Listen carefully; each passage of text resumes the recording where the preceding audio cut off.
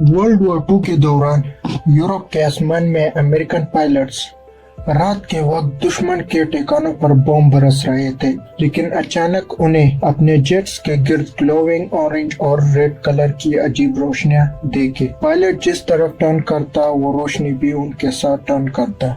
American pilots को लगा ये जर्मन मिलिट्री का कोई खुफिया टेक्नोलॉजी है। हैरत की बात यह है कि जर्मन पायलट्स भी वही लाइट देखकर उसे भी लगता था कि ये अमेरिका का कोई सीक्रेट वेपन है। आखिर जिस चीज को पिछले 19 साल छुपाया था, आखिर 2026 में ऐसा क्या हुआ कि ट्रम्प एडमिनिस्ट्रेशन ने इसे पब्लिक किया?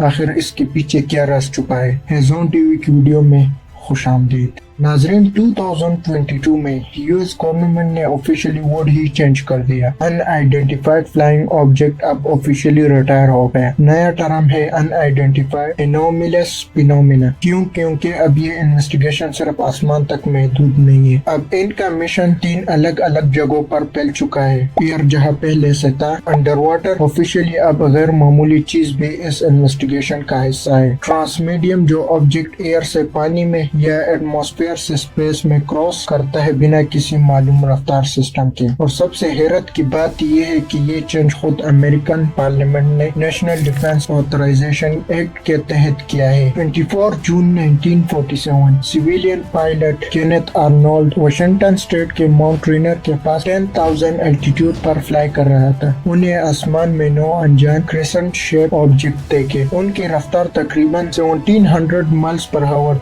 जो उस जमाने के सबसे तेज जेट से भी 3 गुना ज्यादा है। यही से पहली बार मीडिया में फ्लाइंग सॉर्स का लफ्ज मशहूर हुआ। न्यू मैक्सिको की एक रेगिस्तान में यूनिवर्सल डिब्रेस मिले। रोसवेल आर्मी एयरफील्ड ने पहले खुद उन्हें एक ऑफिशियल अनाउंसमेंट जारी किया, लेकिन सिर्फ कुछ ही घंटों में इस स्टेटमेंट को बदलकर ये कह दिया गया कि वो सिर्फ वेदर बलून था।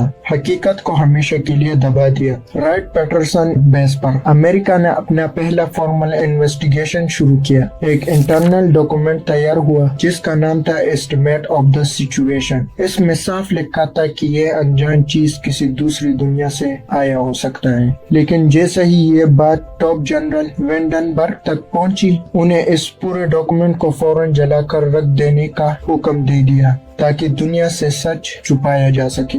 जब पुराना प्रोजेक्ट बंद हुआ तो एक नया प्रोजेक्ट बनाया गया जिसका मकसद रिसर्च करना नहीं बल्कि हर साइटिंग का कोई आम से बहाना बनाना और पब्लिक के इंटरेस्ट को खत्म करना था। लेकिन फिर जुलाई 1952 में अमेरिका के कैपिटल वाशिंगटन डीसी के ऊपर एक साथ 7 अनआइडेंटिफाइड ऑब्जेक्ट रडार पर ट्रैक हुए। पूरे शहर में हलचल मच गई और मिलिट्री जेट स्क्रैम्बल किया गया। मजबूरन इसी साल सबसे बड़ा प्रोग्राम शुरू हुआ जिसे प्रोजेक्ट ब्लू बुक का नाम दिया गया। 17 सालों तक चलाने वाले इस प्रोग्राम में 12,618 केसेस एनालाइज किया गए। मिलिट्री ने दावा किया कि उन्होंने सब कुछ सॉल्व कर दिया, लेकिन फिर भी 701 केसेस ऑफिशियली अनआइडेंटिफाइड रह गए जिनका जवाब खुद अमेरिकन गवर्नमेंट के पास भी नहीं था। जनवरी 1953 CIA ने एक सीक्रेट पैनल बैठाया और फैसला किया कि एक सोचा समझा डिबंकिंग प्रोग्राम चलाया जाए ताकि आम लोग इस पर बात करना बंद कर दे और सिविलियन UFO ग्रुप पर नजर रखी जाए। आखिरकार कॉन्डन रिपोर्ट के रिकमेंडेशन पर US एयरफोर्स ने प्रोजेक्ट ब्लू बुक को हमेशा के लिए टर्मिनेट कर दिया और कह दिया कि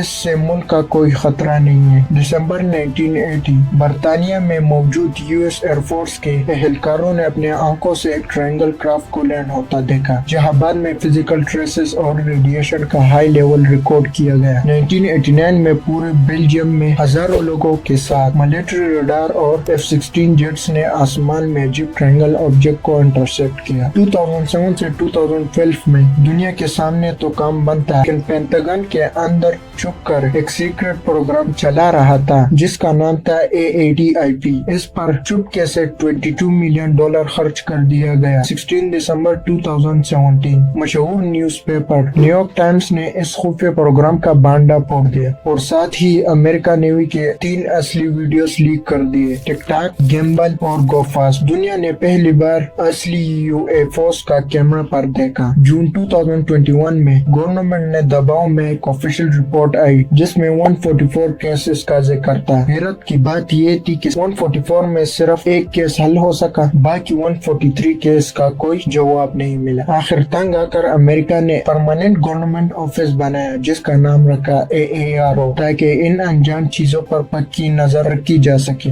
लेकिन आखिर फेब 2026 में ट्रम्प एडमिनिस्ट्रेशन ने अचानक एक ऑर्डर दिया। उन्होंने हुक्म दिया कि यूएफओस से मुतालिक तमाम रॉ डेटा और सीक्रेट फाइल को जल्द से जल्द डिक्लासिफाई किया जाए और फिर लॉन्च हुआ ऑफिशियल पोर्टल वारगोव UFO। इस पर 1.2 GB डॉक्यूमेंट और 1.3 GB military radar videos trench 1 जारी किया और 3.7 GB डेटा आम लोगों के लिए खोल दिया गया। सिर्फ कुछ ही हफ्तों में इस वेबसाइट पर 1.7 बिलियन लोगों ने विजिट किया, जो कि पूरे इंडिया के पॉपुलेशन से भी ज्यादा है। जून 2026 को ट्रेंच 2 रिलीज हुआ। मजीद फाइल्स पब्लिक की गई। इसमें 116 पेजेस का वो रिपोर्ट भी शामिल है जो बताती है कि 1948 में अमेरिका के न्यूक्लियर साइट के पास 209 टाइम्स अजीब ग्रीन फायर बाल्स देखे गए थे। और कुछ महीनों के बाद ट्रेंच 3 रिलीज हुआ जिसमें FBI के इन्वेस्टिगेशन रिपोर्ट, कुछ वीडियो फुटेज, गॉर्डन कूपर की ऑडियो रिकॉर्डिंग और डिफेंस सीक्रेट नोट्स पब्लिक के सामने आई। 19 साल में 5 बड़े official programme, 12,618 blue book cases, 1652 से ज्यादा AARO केसेस और अब परसों पोर्टल के जरिए सैकड़ों डिस्क्लासिफाइड डॉक्यूमेंट आम लोगों के सामने हैं। लेकिन साइंटिस्ट के पास आज भी इसका कोई जवाब नहीं है। और इसी धमाके के साथ शुरू होता है इस कहानी का सबसे दिलचस्प हिस्सा। यह कोई 2 या 4 साल का किस्सा नहीं है जो 1944 के 4 फाइटर्स से शुरू होकर जून 2026 के परसों प्रोग्राम तक फैले हुए हैं।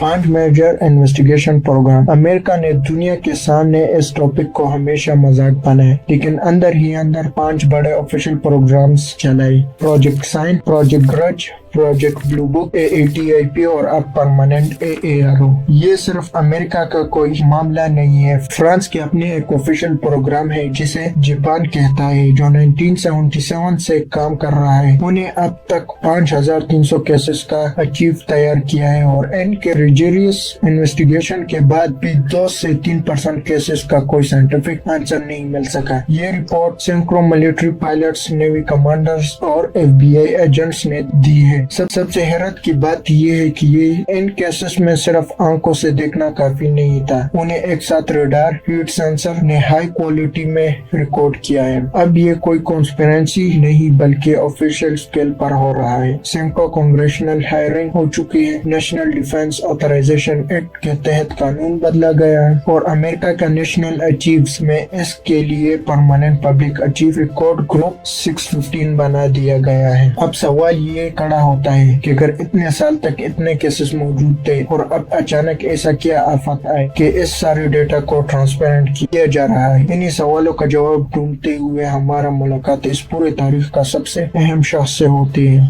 Joseph Allen Hynek. ये एक टॉप क्लास एस्ट्रोनॉमर था जिसे अमेरिकन एयर फोर्स ने प्रोजेक्ट ब्लू बुक का ऑफिशियल साइंस एक्सपर्ट बनाया था। शुरुआत में ये बिना मजबूत सबूत के किसी बात को तस्लीम नहीं करता, लेकिन 17 साल तक हजारों केसेस इन्वेस्टिगेट करने के बाद उनका दिमाग घूम गया। उन्होंने ऑफिशियली कहा कि कुछ केसेस वाकई सच और अनएक्सप्लेन है जो सीरियस साइंटिफिक स्टडी डिजर्व करता है। उन्होंने ही दुनिया को मशहूर क्लोज एनकाउंटर क्लासिफिकेशन सिस्टम दिया था। दूसरी तरफ CIA ने साइंटिस्ट के साथ मिलकर एक सीक्रेट एक्सपर्ट्स की टीम बैठाई। उन्होंने कंक्लूड किया कि इन ऑब्जेक्ट से मुल्क का कोई डायरेक्ट खतरा नहीं है, लेकिन उनकी आम सिफारिश ये थी कि गवर्नमेंट एक सोचा समझा डिबंकिंग प्रोग्राम चलाए ताकि पब्लिक इंटरेस्ट इस टॉपिक में बिल्कुल खत्म हो जाए। उनका मकसद सिर्फ मिलिट्री चैनल्स को फालतू रिपोर्टिंग से बचाना और सोवियत यूनियन की फिजियोलॉजिकल वॉरफेयर को रोकना था। यूनिवर्सिटी ऑफ कोलोराडो के डॉक्टर एडवर्ड कॉन्डन ने एक रिपोर्ट तैयार की जिसमें कहा गया कि UFO स्टडी का कोई साइंटिफिक वैल्यू नहीं मिली, इसलिए ब्लू बुक को बंद कर दिया जाए। लेकिन इसमें एक ट्विस्ट था। डॉक्टर لانڈا نے انویسٹیگیشن مکمل ہونے سے پہلے ہی یہ دیا تھا کہ یہ سب بکواس ہے۔ رپورٹنگ کی سمری اور اندر کی ایکچوئل کیسز میں زمین آسمان کا فرق تھا، جس پر بہت بڑی کنٹروورسی ہوئی۔ جہاں اتنے بڑے دعوے تھے، وہاں انڈیپینڈنٹ اینالسٹ میک ویسٹر نے نیوی کے مشہور گو فاسٹ اور گیمبل ویڈیو کا ڈیٹیل میتھمیٹیکلی بریک ڈاؤن کیا۔ انہوں نے ثابت کیا کہ جو رفتار اور روٹیشن بہت عجیب لگ رہا ہے، وہ اصل میں پیرالیکس ایفیکٹ اور کیمرا سینسر کا آرٹیفیکٹ کی وجہ سے ہے۔ اگر ہم دنیا کے سب سے ٹرانسپیرنٹ پروگرام فرانس کی جاپان کو دیکھیں تو انہوں نے 1977 سے اب تک 5300 کیسز کا ڈیٹا نکالا ہے۔ اتنے بڑے سائنٹیفک ریسرچ کے بعد بھی ان کی 2% سے 3% کیسز ہمیشہ ان ایکسپلینڈ رہتا ہے۔ یہ وہی ریٹ ہے جو امریکہ کے پروجیکٹ بلو بک کی 5.6% سے بالکل میچ کرتی ہے۔ کسی بھی آفیشیل سائنٹیفک آئیڈیا نے اب تک دوسری دنیا کی تصدیق نہیں کی، کیونکہ بڑے دعوے کے لیے ہمیشہ ثبوت چاہیے ہوتا ہے۔